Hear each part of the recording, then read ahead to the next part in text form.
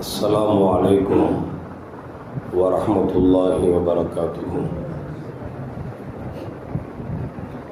الحمد لله رب العالمين،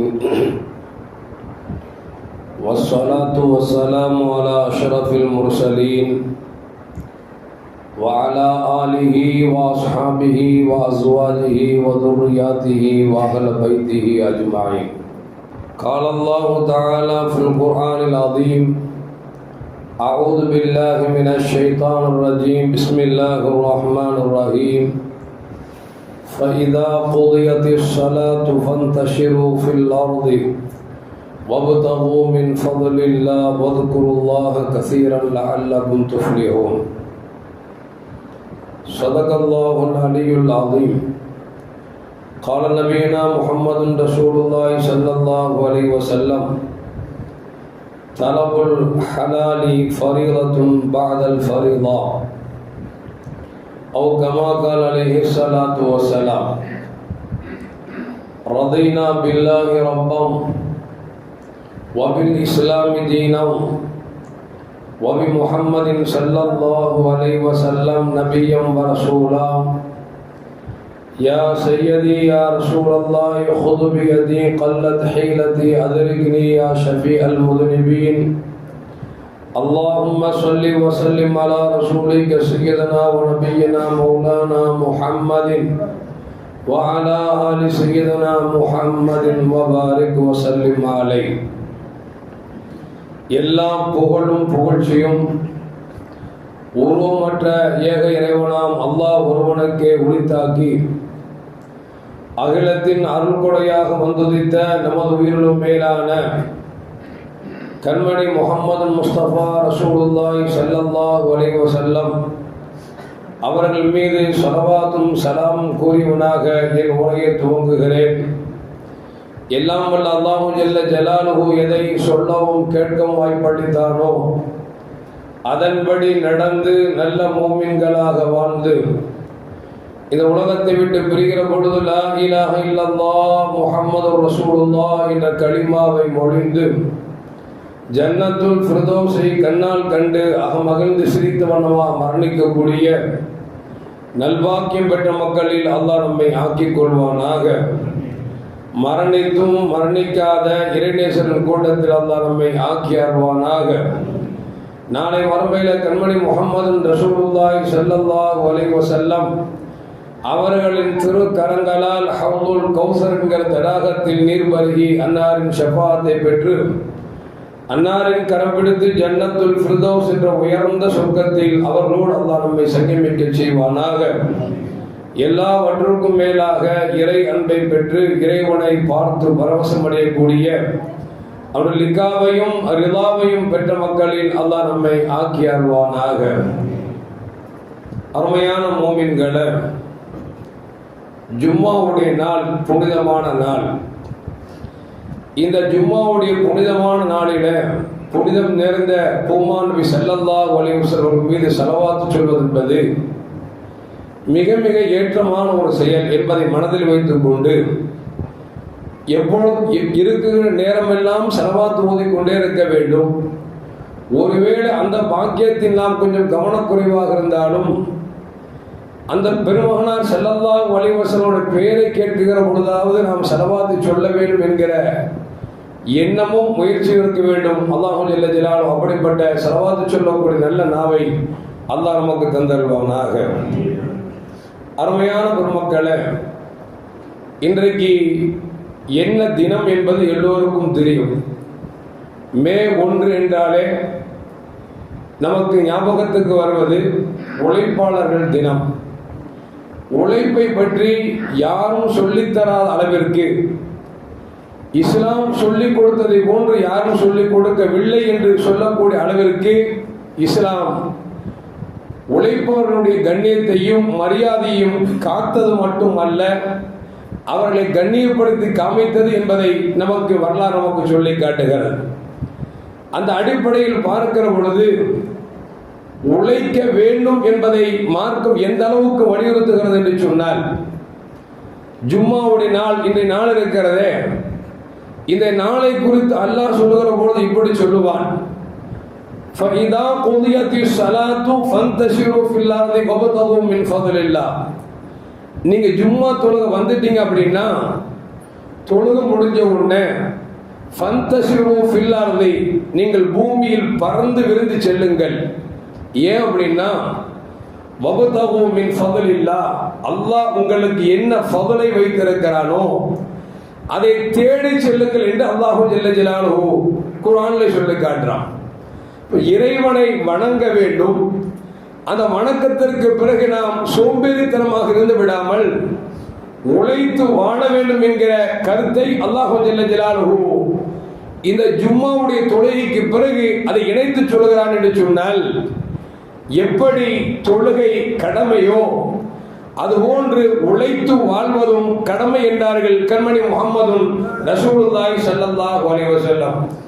சொல்வார்கள் பெருமானார் ஸல்லல்லாஹு அலைஹி வஸல்லம், தலபுல் ஹலாலி ஃபரீதத்துன் பஅதல் ஃபரீதா, ஹலாலான ரிஸ்கை தேடுவது என்பது ஒரு ஃபர்லுக்கு பின்னால் ஒரு ஃபர்ல் என்று பெருமானார் ஸல்லல்லாஹு அலைஹி வஸல்லம் சொன்னார்கள். அப்படி என்று சொன்னால், ஹலாலான ரிஸ்கை தேடுவதற்காக, ஹலாலான சம்பாத்தியத்தை தேடுவதற்காக நாம் செல்வதும் அது கடமை நிறைவேற்றக்கூடிய நன்மை தரும் என்பதை பெருமானார் ஸல்லல்லாஹு அலைஹி வஸல்லம் நமக்கு சொல்லித் தருகிறார்கள்.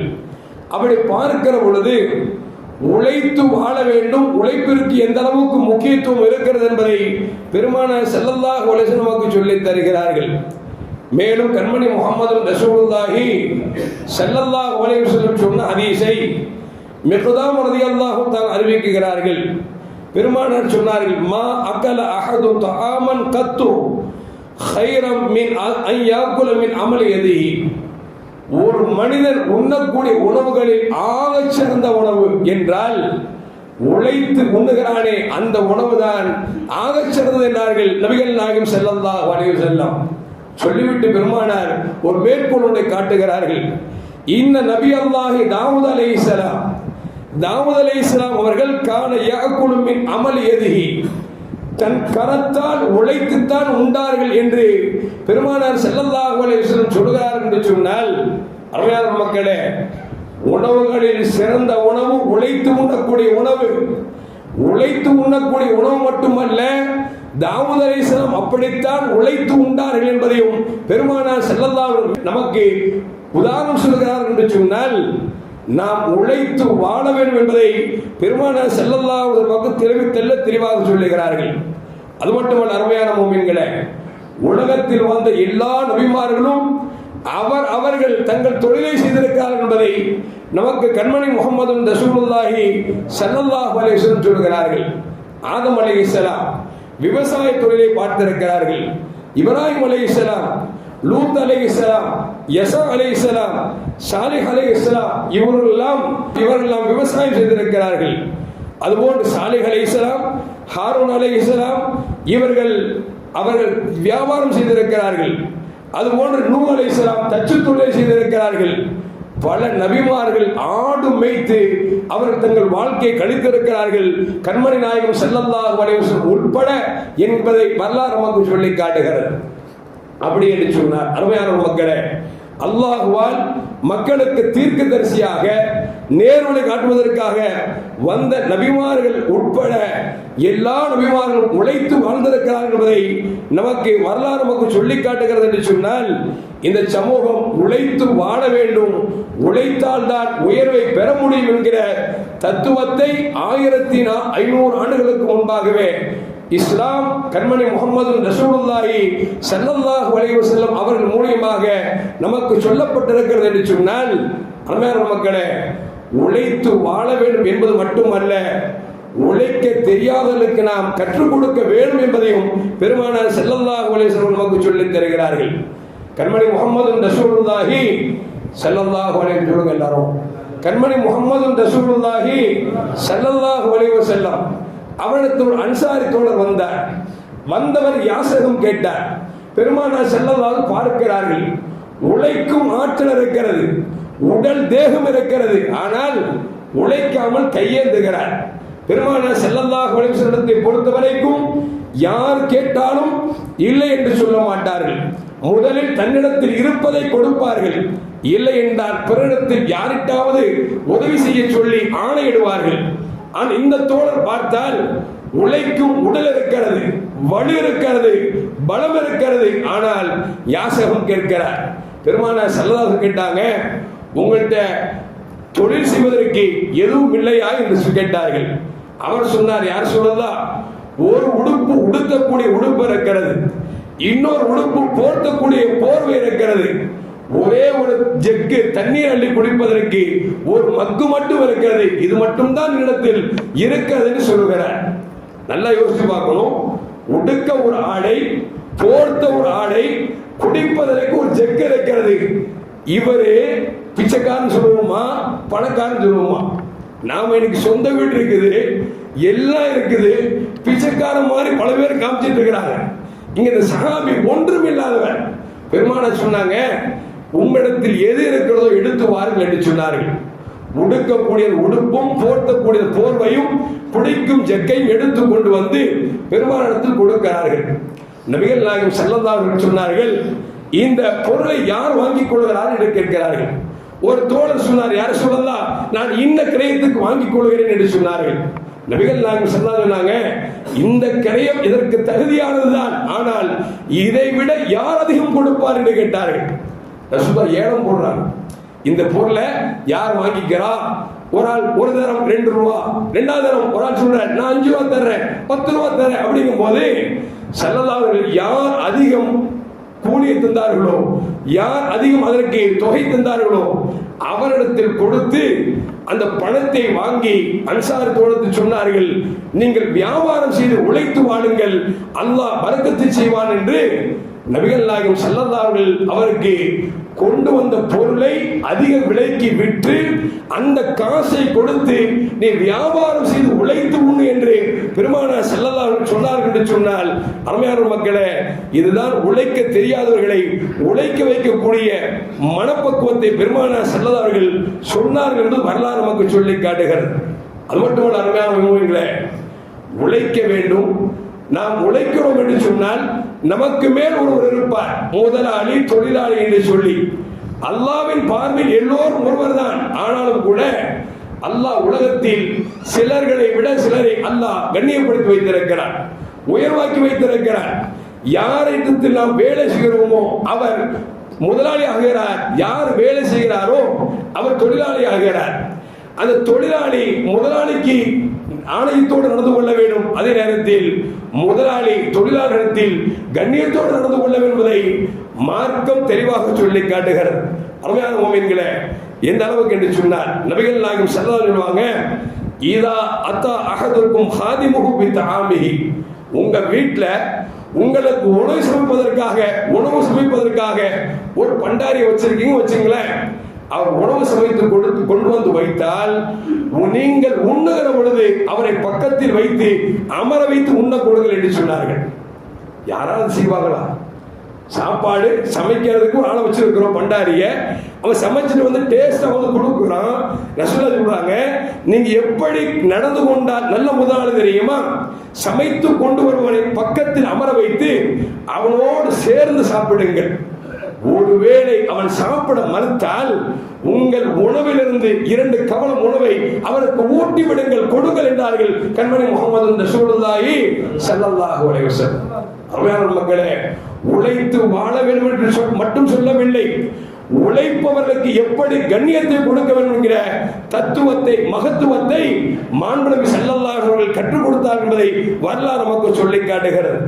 அது மட்டுமல்ல, அருமையான முஃமின்களே, மேலும் பெருமானார் ஸல்லல்லாஹு அலைஹி சொன்னதாக அபூ ஹுரைரா ரலியல்லாஹு தஆலா சொல்கிறார்கள், லில் மம்லூகி தஆமுஹு வ கிஸ்வத்துஹு வலா யுகல்லஃபு மினல் அமலி இல்லா மா யுதீகஹு. உங்களிடத்தில் உழைப்பவர், உங்களிடத்தில் தொழில் செய்கிறாரே, வேலை செய்கிறாரே, அவருக்கு நீங்கள் உண்ண உணவு கொடுங்கள், உடுத்துவதற்கு உடை கொடுங்கள். அது மட்டுமல்ல, முடிந்த வரைக்கும் அவரிடத்தில் வேலை பளுவை குறைத்துக் கொள்ளுங்கள் என்று நபிகள் நாயகம் ஸல்லல்லாஹு அலைஹி சொல்லித்தரார். சில பேர் பார்த்தா மனுஷன் செய்யற வேலை செய்வாரு, ஆனா முதலாளி என்ன செய்வார்னா அந்த கிரேன்ஸ் என்ன வேலை செய்யும் அந்த வேலை செய்ய ஆசைப்படுவார், ரொம்ப கஷ்டத்தை கொடுப்பார். எந்த அளவுக்குன்னா வேலை செய்வன் நொந்துக்குமா, என்னடா மாடு மாதிரி வேலை வாங்குறானே அப்படிமா. ஒரு ஜோக்கு காலையில் படித்தேன். ஒரு நாள் ஒரு ஆட்டோவில் வேலை செஞ்சுட்டு இருந்தாரு. அந்த முதலாளி பார்த்தாரு, சும்மா இருக்கிறான்னு சொல்லிட்டு எப்பா இருக்கிற தோட்டத்துக்கு தண்ணி ஊத்து அப்படின்னாரு. அவன் சொன்னா, முதலாளி வெளியே மழை பெஞ்சிட்டு இருக்கு அப்படின்னாரு. கொடையை பிடிச்சி ஊத்து அப்படின்னா என்ன அர்த்தம் அப்படின்னா, சும்மா இருக்கிறது விரும்புறது இல்லை, எதையாவது ஒரு கசைக்கு புளியணும். இப்படிப்பட்ட ஒரு நோக்கத்திற்கு ஒரு முதலாளி வந்தால் இன்னைக்கு நடக்குது இல்ல, கொலை கொல்ல நம்பிக்கையா நாணயமா 10 வருஷம் வேலை செஞ்சவன் திடீர்னு மனைவியோட கழுத்தை அறுத்து போட்டு நகையை தூக்கிட்டு போறான்ல. என்ன காரணம் அப்படின்னா, நடந்து கொள்கின்ற விதத்தை பொறுத்து விருப்பம் வெறுப்பும் வரும். அதனால ரசூல் சொல்றாங்க, நீங்க வேலை பளுவை குறைத்துக் கொள்ளுங்கள் என்று நபிகள் நாயகம் ஸல்லல்லாஹு அலைஹி வஸல்லம் சொல்லித் தருகிறார்கள். அது மட்டுமல்ல அருமையான முஃமின்களே, அல்லாஹ் ஜல்ல ஜலாலுஹு சொல்வதாக கண்மணி முஹம்மது ரசூலுல்லாஹி ஸல்லல்லாஹு சொல்றாங்க, அல்லாஹு ஸலாஸத்துன் அன ஹஸ்முஹும் யௌமல் கியாமா. நாளைக்கு மறுமையில 3 பேருக்காக அல்லாஹ் வழக்கு தொடுப்பான். எல்லா வழக்கும் யாருக்கு வரும்? அல்லாஹ்ட்ட வரும்.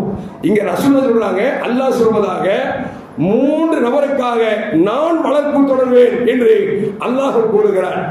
ஒன்று யார் அப்படின்னு சொன்னா, ஸல்லல்லாஹு சொல்றாங்க, ரஜுலுன் அஅதா பி சும்ம கதர.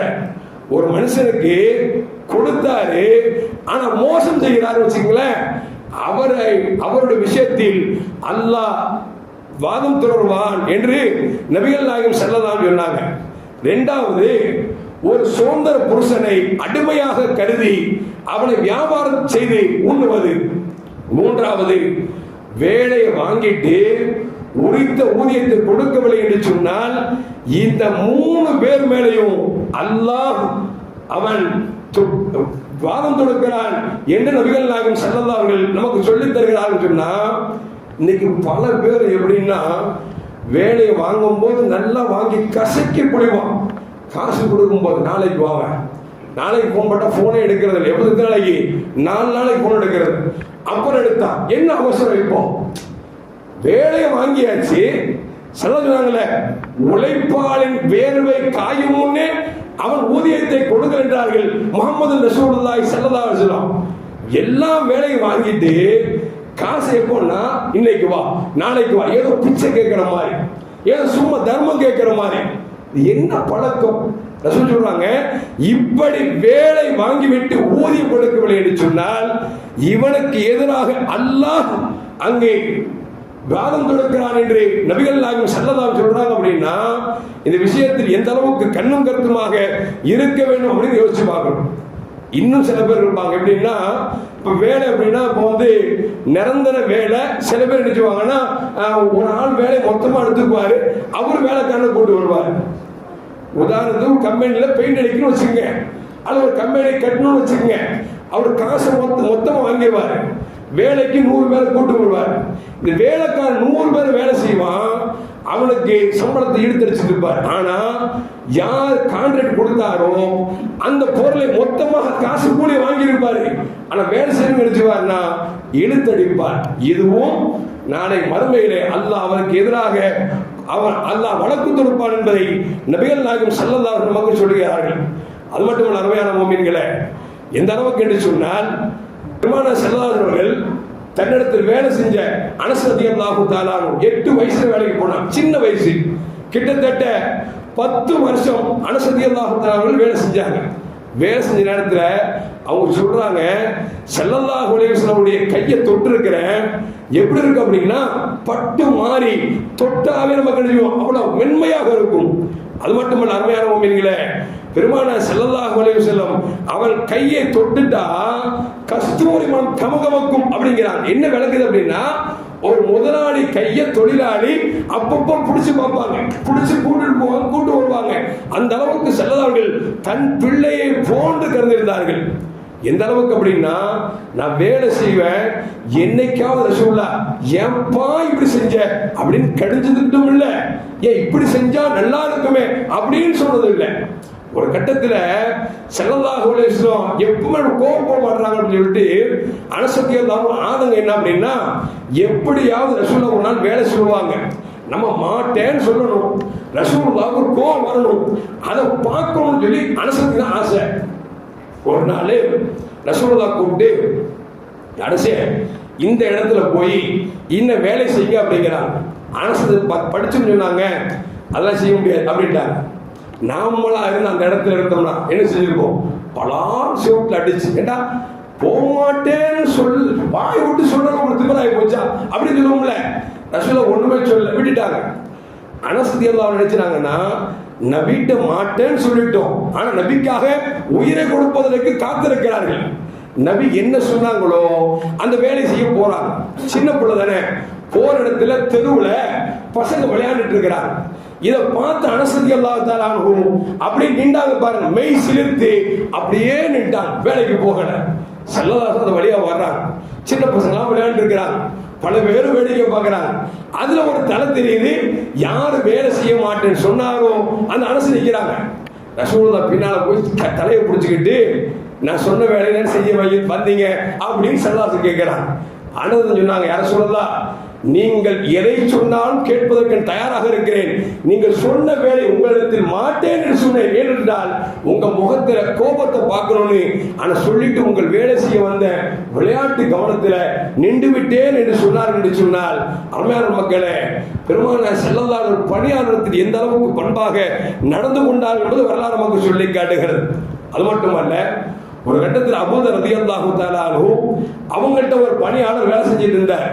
வேலையில கொஞ்சம் கிறுக்கு முறுக்கு வேலை பார்த்தோம்னே கொஞ்சம் கோவப்பட்டான். கோவப்பட்டது மட்டுமல்ல, அவங்க அம்மாவையும் சேர்த்து திட்டாங்க. அம்மா பேரை சொல்லி நம்ம சொல்லுவோம்ல, உங்க அம்மா எந்த இடத்துல பெத்தா அப்படி கேட்போம்ல, அந்த மாதிரி கொஞ்சம் கடும் சொல்ல பயன்படுத்திட்டாங்க. அந்த சஹாபி ரசூலுல்லாஹ் வர்றாங்க, யார சொல்லலாம், நான் அபூதர்கிட்ட வேலை செஞ்சுட்டு இருக்கிறேன், நான் ஒரு வேலை தப்பு செஞ்சதுதான் உண்மைதான், என்ன திட்டுவதற்கு பதிலாக என் தாயும் சேர்த்து திட்டு விட்டார் என்று சொன்ன பொழுது நபிகள் நாயகம் ஸல்லல்லாஹு அலைஹி வஸல்லம் அபூதரை கூப்பிட்டு சொன்னாங்க, ஐயாவுல் ஜாஹிலியா காலம் இன்னும் உங்களுக்கு போகலையே, அறியாமை காலத்தில் பண்பாடு உங்கள்கிட்ட போகலையே அப்படின்னு ரசூலுல்லாஹி அவர்கள் கடிந்து கொண்டார்கள். அதுக்கு பிறகு அபூதர் ரலியல்லாஹு தஆலா அவர்களை ஃபுல்லா என்கிற இடத்தில் ஒரு சஹாபி பார்க்கறாங்க. அந்த சஹாபி அபூதர் ரலியல்லாஹு என்ன ஆடை உடுத்திருக்கிறாங்களோ அதே உயர் ரகமான ஆடையே தன் பணியாளர் கொடுத்திருக்கிறார். கேட்டாங்க, என்ன முதலாளி தொழிலாளி ஒரே மாதிரி இருக்குமா இருக்க, ஒரே மாதிரி போடுற மாதிரி இருக்க அப்படின்னு அபூதர் சொல்றாங்க, நான் இப்படி இவரை அவங்க அம்மாவை சேர்த்து திட்டுனேன், நபி எனக்கு கூப்பிட்டு கண்டிச்சாங்க, அன்னையிலிருந்து நான் எந்த உடை உடுத்துகிறேனோ அதே உடை அவருக்கு வாங்கி கொடுக்கிறேன், நான் எதை உண்ணுகிறேனோ அதைத்தான் அவருக்கும் கொடுக்கிறேன் என்று அபூதர் ரலியல்லாஹு சொல்கிறார்கள். சொன்னால் அருமையான மக்களே, கொஞ்சம் யோசித்து பார்க்க வேண்டும். நாம நினைக்கிறோம் நம்மகிட்ட வேலை செய்யறோம் தானே அப்படின்னு நினைக்கிறோம். இப்படி யோசிங்களேன், அந்த வேலைக்காரன் இல்லை நம்ம எப்படி உழைக்க முடியும்? ஒண்ணும் இல்லைங்க, வீட்டுல கக்கூஸ் நிறைஞ்சிருச்சு, ஆள் கிடைக்கல, வீட்டுல என்ன ஆகும், நாரி போயிருமா இல்லையா? அந்த கக்கூஸ் அல்றவன் அவன் மோசமானவனாக இருந்தாலும் தீய தொழிலை செய்வதாக இருந்தாலும் அவன் வந்தா தான் ஊடு நாராம இருக்கும், இல்லைன்னா நாரி போமா இல்லையா? கக்கூஸ் அளவுட ஏலமானச்சோம்னா நமக்கு இப்படி ஏற்படுகிற பொழுது என்ன செய்ய முடியும் அப்படிங்கிறத கொஞ்சம் யோசிச்சு பார்க்கணும். இப்ப நாம நஜீஸ் என்பதை அவன் சுத்தம் செய்கிறான் என்று சொன்னால் நம்மை விட உயர்ந்தவன் அவன். அந்த பண்பாடுக்கு வந்துவிட்டோம் என்று சொன்னால் நமக்கும் தொழிலாளிக்கு மத்தியில எந்த பிரச்சனையும் வராது. அது மட்டும் அருமையான மூமின்களே, இன்னும் சொல்ல போனால் ஒரு பணியாளங்கிறோம் மனுஷன் தானே, தப்பு நடக்கத்தான் செய்யும். யார்கிட்ட தப்பு நடக்காம இருக்கும்? கணவன் மனைவி வாழ்க்கையிலேயே கணவன் ஒரு தப்பு செய்யறா, மனைவி ஒரு தப்பு செய்யறாங்களா இல்லையா? மன்னிச்சு வாழ்றமா இல்லையா? மன்னிக்கலன்னா வேற ஒரு மர்மம் தான் முடிக்கணும். அங்கே முடிச்சாலும் அங்கேயும் பிரச்சனை தான் செய்யும். பிரச்சனை என்பது எல்லா இடத்திலும் இருக்கும். அப்ப தப்புங்கிற எல்லா இடத்துலும் நடக்கும். ஆனா அந்த நேரத்துல கொஞ்சம் பெருந்தன்மையோடு மன்னிப்பதை பெருமானார் ஸல்லல்லாஹு அலைஹி வஸல்லம் சொல்லித் தருகிறார்கள். எந்த அளவுக்கு அப்படின்னா, ஜுடைதுல் ஹஜரி என்கிற ஒரு சஹாபி ஸல்லல்லாஹு அலைஹி வஸல்லம் வர்றாங்க. வந்து ஜா ரஜுல் இலா நபி ஸல்லல்லாஹு அலைஹி வஸல்லம், ரசூலுல்லாஹ் தோழர் வந்து கேட்கிறாரு, யா ரசூலுல்லாஹ் கம் நாஃபு அனில் ஹாதிம், என் தொழிலாளி இருக்காரு, வேலைக்காரர் இருக்காரு, நான் சொன்னது இடக்கு முடக்க செய்யறார், தப்பு செய்யறார், நான் இவரை மன்னிக்கவும் ஆசைப்படுறேன், எத்தனை தடவை மன்னிக்கலாம், ஒரு தடவை மனுஷா பிரச்சனை இல்லை, திருப்பி திருப்பி தப்பு செய்யறாரு அப்படின்னு ஸல்லல்லாஹு அமைதியா இருக்கிறார். கேட்டவர் 3 தடவை கேட்கிறார். தொழிலாளி தப்ப திரும்ப திரும்ப செய்யாரு, நான் எப்படி மன்னிக்கணும் அப்படின்னு கேட்ட உடனே நபி சொன்னாங்க, ஒரு நாளைக்கு 70 தடவை தப்பு செய்தாலும் நீ மன்னிக்க வேண்டும் என்றார்கள் நபிகள் நாயகம் ஸல்லல்லாஹு அலைஹி வஸல்லம். எதுக்கு சொல்ல வர்ற அப்படின்னா, நம்ம பணியாளரை நம்ம பணியாளரை பார்க்கணும். அவர் இல்லைன்னா நாம இல்லை, நாம இல்லைன்னா அவர் இல்லை. அப்படித்தானங்க. ஒரு இரும்பு கடை வச்சிருக்கிறோம், முதலாளி அப்படியே உட்கார்ந்து வேலை செய்ய முடியுமா? ஒரு 4 இரும்பு கேட்டா 4 தொழிலாளி தூக்கி போட்டாதான் இரும்பு போகும், அப்பதான் காசு வரும். அவன் இல்லைன்னு வச்சுக்கலாம், என்ன செய்ய முடியும்? எதுக்கு சொல்லுவார் அப்படின்னா, முதலாளி இல்லாமல் தொழிலாளியும் இல்லை, தொழிலாளி இல்லாத முதலாளியும் இல்லை. அப்படி இருக்கிற பொழுது நாம் சரிசமமாக என்ன கண்ணியத்தை கொடுக்க வேண்டுமோ அதை கொடுக்க வேண்டும் என்று பெருமானார் ஸல்லல்லாஹு சொல்றார். சில பணியாளர் இருக்காம பாருங்க, அல்லாஹ் அக்பர், படு சோம்பேறியா இருப்பான். இன்னும் சொல்ல போன சொல்லுவாங்க, கழுத வச்சாலும் கவர்மெண்ட்ல மேய்க்கணும் அப்படிம்பாங்க. என்ன தெரியுமாங்க, கை சைன் போட்டுட்டு எங்க வேணாலும் போயிடணும். சைனை போட்டுட்டு நான் அப்படி பல பேரை பார்த்துருக்கேன். ஸல்லல்லாஹு சொல்லுவோம், எப்படி தொழிலாளியை பார்க்க வேண்டும் முதலாளிக்கு சொன்னார்களோ அதுபோல் தொழிலாளிக்கு சொல்லுவாங்க, உன்னை நம்பி எந்த வேலை ஒப்படைக்கப்படுகிறதோ அந்த வேலையை கொடுத்து நாளை மறுமையில் அல்லாஹ்விடத்தில் கேட்கப்படுவார். யாரு பார்த்தாலும் பார்க்காட்டாலும் அல்லாஹ் என்ன பார்க்கறான், நபி என்ன பார்க்கறாங்க, நபி எனக்கு வாழ்க்கை சொல்லி தந்தாங்க அப்படிங்கிற நினைப்பில் செஞ்சுட்டோம் அப்படின்னா எந்த குறையும் வராது. ஒரு முதலாளி தன்கிட்ட இருக்கிற வேலைக்காரன் 10 பேர் ரொம்ப சோம்பேறியா இருந்தான். இப்ப இவனுக்கு ஏதாவது உஷார்படுத்துன்னு சொல்லிட்டு ஒரு நாள் சொன்னாரு, எப்பா 10 பேர் ரொம்ப கஷ்டப்படுறீங்க வேலை செய்யறதுக்கு, வேணா உனக்கு இந்த அளவு நடிச்சு போறோம் அப்படின்னா உங்க 10 பேர் இலகுவான வேலை தர போறேன், யாருக்கு நான் வேணும் அப்படின்னு எல்லாரும் கை தூக்கலாம், ஒருத்த மட்டும் கை தூக்கல. ஏன்டா தூக்கல? தூக்குறதுக்கு சோம்பேறியா இருக்கு சார் அப்படின்னா. அந்த மாதிரி இன்னைக்கு தொழிலாளி அப்படி ஆகிட்டான். அதனால எதுக்கு சொல்லுவார் அப்படின்னா, தொழிலாளியை நடந்து கொள்ள வேண்டும், முதலாளியாக நடக்க வேண்டும் என்பதை நபிகள் நாயகம் ஸல்லல்லாஹு அலைஹி வஸல்லம் சொல்லி தருகிறார்கள். அது மட்டுமல்ல, அருமையான முஃமின்களே, நபிகள் நாயகம் ஸல்லல்லாஹு அலைஹி வஸல்லம் ஒரு தோழர் வர்றார். யார சொல்லலாம், என்ற வேலைக்காரர் இருக்காரு, நான் என்ன சொல்றானோ அதுக்கு நேர்மாற செய்கிறார், என்கிட்ட பொய்யும் புரட்டும் பேசுகிறார், என்னிடத்தில் அமானத்தை மோசடி செய்கிறார், செய்யறதுக்குள்ள துரோகம் செய்கிறார். கடுமையா திட்டிட்டேன், பேசிட்டேன். இதை குறித்து நீங்கள் என்ன சொல்கிறீர்கள் என்று கேட்ட பொழுது நபிகள் நாயகம் சொன்னாங்க, நாளைக்கு மீசான் தராசு இருக்குல்ல, அந்த தராசுல ஒரு தொழிலாளி உனக்கு மோசம் செஞ்சா பாருங்க, உங்களை பொய் சொன்னா பாருங்க, உங்களை ஏமாத்தினா பாருங்க, அந்த பாவத்தை ஒரு தட்டில் வைக்கப்படும். நீங்க அவர் திருத்தணுங்கிறதுக்காக தப்பு செஞ்சிட்டான்னு சொல்லி நீங்க சத்தம் போட்டீங்கல்ல, அதையும் இன்னொரு தராசு எடுத்து வைக்கப்படும். 2ல எது கனமா இருக்கிறதோ அவர் குற்றவாளியை திருப்பளிக்கப்படும் என்று நபிகள் நாயகம் ஸல்லல்லாஹு அலைஹி வஸல்லம் சொன்னார் என்று சொன்னால், அருமையான மக்களே, தப்பு செஞ்சா கூட முடிஞ்சா நம்ம சொல்லி திருத்தி வச்சுக்க பார்க்கணும், இல்லையா அனுப்பிடுமே தவிர வசைபாடுவது என்பது கூடாது என்பதை நபிகள் நாயகம் ஸல்லல்லாஹு அலைஹி வஸல்லம் நமக்கு சொல்லி தருகிறார்கள். அருமையான மக்களே, இப்படி பார்க்கிற பொழுது பெருமானார் ஸல்லல்லாஹு அலைஹி வஸல்லம் ஒரு மனிதர் எப்படி நடந்து கொள்ள வேண்டும் என்பதை நமக்கு அழகாக சொல்லி தருகிறார்கள். இன்னும் சொல்ல போனா, சில பேர் முதலாளி இருக்கிறான், தப்பு செஞ்சுட்டான்னு வச்சுங்களேன், அவன் அசிங்கமா பேசுறாரு. ஒரு நண்பர் போய் கேட்டாரு, என்னப்போ முதலாளி நீ தப்பு செஞ்சா கலரா பேசுவாராமே அப்படின்னா, ஆமா கலரா பேசுவார். என்ன கலர்ல பேசுவார்? பச்சையா பேசுவார். பச்சை தெரியுமா? அது மெட்ராஸ்ல சாதாரணமா பாப்பா மகனை கூப்பிடும் பொழுது பச்சையா சோப்பா அசிங்கமா பேசக்கூடிய பழக்கம் அப்படின்னா முதலாளி தொழிலாளி எப்படி பழகுவான் அப்படிங்க வச்சுப்பாங்க. இன்னொரு விஷயம் என்ன அப்படின்னா, இது ஒரு தனிப்பட்ட நபர் தனக்கு கீழே வேலை செய்யறது. இன்னும் சில ரகங்கள் இருக்காங்க, பொது சேவைன்னு இருக்கும். அது பொது சேவை பாத்தீங்கன்னா ஒரு 100 பேர் சேர்ந்து ஒரு பொது சேவை செஞ்சு கொண்டு இருப்பாங்க. அது பொது சேவைக்காக ஒரு நாள் வச்சிருப்பாங்க. அவர் தப்பு செஞ்சாருன்னா என்னமோ நம்ம வீட்டுல நம்ம காசு கொடுத்து கஷ்டப்படுற மாதிரி அதை கண்ணா பின்னான்னு பேசுறது இல்ல அப்படின்னா ஏதாவது தவறான முடிவு எடுக்கிறது. நேற்று வாட்ஸ்அப் தளத்துல ஒரு பிரச்சனை என்ன அப்படின்னா, கோயம்புத்தூர் ஒரு அசரத்து பள்ளிவாசல 15 வருஷமா அவர் இமாமத்து பண்றாரு, நல்ல சேவை பண்றாரு. நிர்வாகம் மாறி போச்சான், வந்த உடனே எல்லாத்தையும் தூக்கிட்டாங்க. நான் கேட்கிறேன், நிர்வாகமான அவர் என்னையா செய்வாரு? கொஞ்சமா யோசிச்சு பார்க்க வேண்டாமா?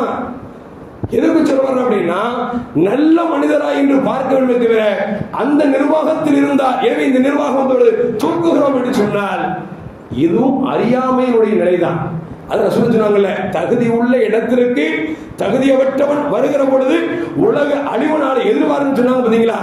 அந்த ஒண்ணுதான் ஒரு நிர்வாகம் மாறினால் ஒரு இமாமை நீக்குவது என்பது அல்லது ஒரு பேராசை நீக்குவது என்பது மடமைத்தனத்திலும் மடமைத்தனம் என்பதை மறந்துவிடக் கூடாது. அருமையான மக்களே, இன்னும் சொல்ல போனால் பொது சேவை செய்யறாங்க பார்த்தீங்களா? அல்லாஹ் அக்பர். நான் சமீபத்தில் சொல்றேன், சம்மர் கிளாஸ் ஆரம்பிச்சோம். ஒரு பையன், சின்ன பையன், 6 வயசு பையன், பேர் சொல்ல விரும்பல, அலி பேர் சொல்லி கொடுத்தா சொல்ல மாட்டேன்டா. ஒரு 4-5 நாளா சொல்லி கொடுத்த வரல. ஒரு சும்மா ஒரு தட்டுனேன், அங்க போய் சொல்லி இருக்கான் லூஸ் வசரத்து. எதுங்க 6 வயசு பையன், சின்ன பையன், லூஸ் சுந்தரம். தகவல் வருது நமக்கு, கூப்பிட்டு சொன்னியாடா? ஆமா சொன்ன அசரத்து. எதுக்கு சொல்ல வரேன்னா, 6 வயசு கிழவன்ட்டையும் திட்டு வாங்க வேண்டியது இருக்கு, 6 வயசு பாலகண்டையும் திட்டு வாங்க வேண்டியது.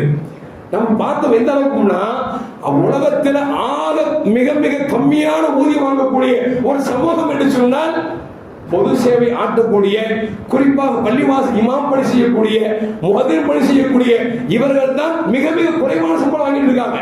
நம்ம பள்ளிவாசல் நிறைய தராங்க, அதில் மாற்று கருத்து இல்லை. எதுக்கு சொல்ல வர அப்படின்னா, 6 வயசு பையன் லூசுங்க, 60 வயசு பையன் பெரியவர் சொல்றாரு, என்ன லூசு மாதிரி அது இமாம் பேசிட்டு இருக்காரு அப்படிங்கிறது. எதுக்கு சொல்ல வர அப்படின்னா, குறைந்த சம்பளம் என்பது மட்டுமல்ல, நாம் யாரிடத்தெல்லாம் பேச்சு வாங்க வேண்டியது என்று யோசிச்சு பார்க்கணும். இந்த அடிப்படையில் பார்க்கிற பொழுது ஒரு நிர்வாகம் மாறிவிட்டால் அதற்காக இமாமை தூக்குவது என்பது உகந்த செயல் அல்ல. எது சொல்லணும்னா, 12 வருஷம் இருந்துட்டேன், 13 வருஷம் இருந்துட்டேன், அதற்கு யாரும் கட்டுப்பட மாட்டேன், அதனால தூக்கிடுவோம். கட்டுப்படுறது அல்லாஹ்வுக்கு மட்டும் தான் கட்டுப்பட முடியும், ரசூலுக்கு தான் கட்டுப்பட முடியும். மற்றவன் யாருக்கும் கட்டுப்பட வேண்டிய அவசியம் எமக்கு இல்லை, அல்லாஹ் ரசூல் சொல்லவும் இல்லை. சத்தியம் எங்க இருக்கிறதோ, தவறு என்றால் சத்தியமாக சொல்லித்தான் ஆக முடியும். சத்தியம் ஒன்று மறைக்கப்படுகிறது என்று சொன்னால் அங்கு சத்தியத்தை பேசித்தான் ஆக முடியுமே தவிர நீ வருத்தப்படுங்கிறதுக்காக நான் மறைக்க முடியாது. அப்படி மறைத்தான் இமாமா இருப்பதற்கு தகுதி இல்லாததாயிரம். எதுக்கு சொல்ல வரோம் அப்படின்னா, நாம சொந்தமாக சம்பளம் கொடுத்து வேலைக்கு வைத்தாலும் சரி, அல்லது 1000 பேர் சேர்ந்து காசுகளை கொஞ்சம் கொஞ்சமாக கொடுத்து நாம் அதற்கு ஒரு பொறுப்பில் இருந்தாலும் சரி, நமக்கு கீழே இருக்கக்கூடிய பணியாளர்கள் என்பவர்கள் மதிக்கப்பட வேண்டியவர்கள். நாம் மதிக்கிற பொழுதுதான் அல்லாஹ் மதிப்பான். இன்னும் சில பேர் எந்த அளவுக்கு நான் பள்ளிவாசல்ல போய் கேட்பாங்க, அது இமாமத்துன்னு கேட்டாங்க. ஆமா இமாமத்து வேணும், யார் வேணும், எவ்வளவு சம்பளம் கொடுப்பீங்க? 15,000 கொடுப்போம். என்னங்க இந்த காலத்துல 15 ரூபா கொடுத்தா காணுமாங்கன்னு இமாம் கேட்பார். ஒன்னும் இல்லைங்க, 15 ரூபா சம்பளம், உங்களுக்கு பாத்தியா கீத்தியா வரும், 5 பாத்தியா 10 பாத்தியா வரும். எப்படிங்க 5 பாத்தியா 10 பாத்தியா வரும், அதை பார்த்துக்குங்க. எப்படி மாசம் 2 மௌத்து வரும்? எப்படிங்க 2 மாசத்துக்கு 2 மௌத்து வரும். அதுல குளிப்பாட்டம் 1000 ரூபாய் கிடைக்கும். இது பேர் நிர்வாகமா? அல்லாஹ் அக்பர். எதுக்கு சொல்ல வரோம் அப்படின்னா, நாம நிர்வாகத்தில் எதை குறம் என்று சொன்னால், அந்த நிர்வாகம் தனக்கு கீழே இருக்கக்கூடிய மக்களை கண்ணியமானவர்கள் கவனிக்க வேண்டும். அப்படி கவனிக்கிற பொழுது மகல்லாவும் விருத்தி பெறும், நாமும் விருத்தி பெறுவோம், நாம் செய்யக்கூடிய வியாபாரங்களிலும் அல்லாஹ் பரக்கத் தருவான். அப்படிங்கல எந்த மாற்று கருத்தும் அல்ல. எதுக்கு சொல்ல வர அப்படின்னா, இந்த மௌத்து வரும், பாத்தியா வரும், அங்க கூப்பிடுவாங்க, புல்ல வைப்பாங்க, நமக்கு தேவையாங்க. இந்த சிந்தனை கொண்டு வந்துட்டா அது தெரிஞ்சுவாரு, வயசு 80 வயசு எப்போ போய் சேர வந்தாலும் தேவையா? இந்த ஆளுக்கு ஹார்ட் அட்டாக் சொன்னாங்களே, தப்பிச்சுட்டாரோ? இந்த எண்ணத்தை யார் ஏற்படுத்துறா? எவ்வளவு அசிங்கமாக இருக்கிறது. நான் திருப்பி சொல்றேன், நம்ம மஹல்லாவை பொறுத்த வரைக்கும் அந்த பிரச்சனை இல்லை. ஏன்னா 14 வருஷமா இருக்கிறேன். பல இடங்களில் இப்படி ஒரு சூழ்நிலைக்கு தள்ளப்பட்டிருக்கிறார்கள். எதுக்கு சொல்றாரு அப்படின்னா, நமக்கு கீழே இருக்கக்கூடிய பணியாளர்கள் ஒரு தப்பு செய்கிற பொழுது சுட்டி காமிக்க வேண்டும். அதே நேரத்தில் பணியாளர்களும் நம்ம அவரு பார்க்கிறாரு இவரு பார்க்கிறாரு நினைக்கவே கூடாது. ஒரு இடத்துல அசிங்கம் இருக்குதா, ஒரு இடத்துல சுத்தமா இல்லையா, நாம செய்ய வேண்டிய கடமை செஞ்சுட்டோம் அப்படின்னா ரப்பு நமக்கு எப்படி கொடுத்துரும். நான் பல பேருக்கு தான் சொல்லுவேன், நாம ஒரு இடத்துல பணி செய்யணும் வச்சுங்களேன், சம்பளம் கூடையோ குறையோ பொறுப்பு எடுத்துக்கிட்டோம் அப்படின்னா நம்ம வந்து பொறுப்பு கொடுத்துட்டாங்க. அந்த இடத்தில் சுத்தமில்லை என்று சொன்னால், அந்த இடத்தில் குறைவு இருக்கிறது சொன்னால், அந்த குறைவை நிறைவேற்றி விட்டோம் என்று சொன்னால் நம்மை கொண்டு நிர்வாகத்திற்கு நல்ல பேர் கிடைக்கும். நல்ல பேர் எப்பொழுது கிடைக்கிறதோ அவர் நமக்கு அள்ளி தருவதற்கும் காத்திருக்கிறார். நாம் நினைக்கூட நான் இந்த வேலை செய்வேன், அந்த வேலை செய்ய மாட்டேன் அப்படின்னு ஒதுக்கி விட்டுன்னு வச்சுங்களேன், அல்லாஹ் பாப்பா இப்படியா பண்ற வரைக்கும் பண்ணு, அப்புறம் நினைச்சுவோம் அல்லாஹ் மொத்தமா அடிச்சிடும். எதுக்கு சொல்றேன் அப்படின்னா, தொழிலாளி உண்மையான தொழிலாளியாக இருக்க வேண்டும், முதலாளி உண்மையான முதலாளியாக இருக்க வேண்டும். அப்படி இருக்கிற பொழுது அல்லாஹ் அவன் தன் மீது கருணை இறக்குகிறான் என்பதை கண்மணி முஹம்மது ரசூலுல்லாஹி ஸல்லல்லாஹு அலைஹி வஸல்லம் தெரிகிறார்கள். எல்லாம் வல்ல அல்லாஹ் ஜல்ல ஜலாலுஹு வாழுகிற காலத்தில் வல்லல் முஹம்மது ரசூலுல்லாஹி ஸல்லல்லாஹு அலைஹி வஸல்லம் எந்த வாழ்க்கை கற்றுத்தந்தார்களோ அப்படிப்பட்ட உண்மையான வாழ்க்கை வாழக்கூடிய நல்ல முத்தகின்களின் கூட்டத்தில் என்னையும் உங்களையும் ஆக்கியருள்வானாக. அஸ்ஸலாமு அலைக்கும் வரஹ்மத்துல்லாஹி வபரகாத்துஹு.